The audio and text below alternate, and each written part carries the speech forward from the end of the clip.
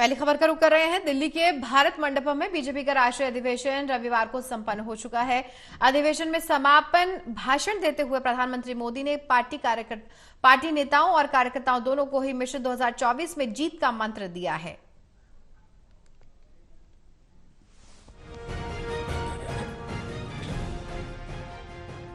दिल्ली के भारत मंडपम में बीजेपी का 2 दिवसीय राष्ट्रीय सम्मेलन आज प्रधानमंत्री नरेंद्र मोदी के संबोधन के साथ खत्म हो गया।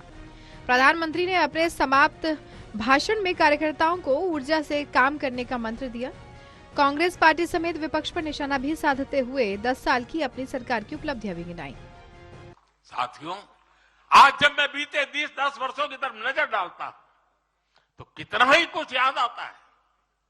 ये 10 वर्ष साहसिक फैसलों, दूरगामी निर्णयों के नाम है।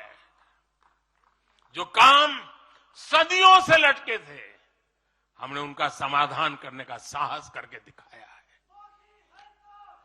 अयोध्या में भव्य राम मंदिर का निर्माण करके हमने 5 सदियों का इंतजार खत्म किया है।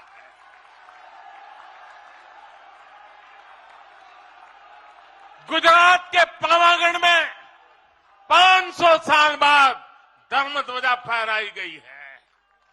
7 दशक बाद हमने करतारपुर साहिब राहदारी खोली है।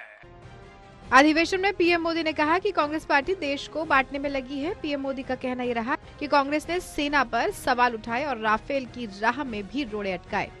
अपने भाषण में पीएम ने कहा कि अभी हमें देश के लिए कोटि कोटि भारतीयों का जीवन बदलने के लिए बहुत कुछ हासिल करने का संकल्प लेना है। बहुत से निर्णय अभी बाकी हैं। आज बीजेपी युवा शक्ति, नारी शक्ति, गरीब और किसान की शक्ति को विकसित भारत के निर्माण की शक्ति बना रही है।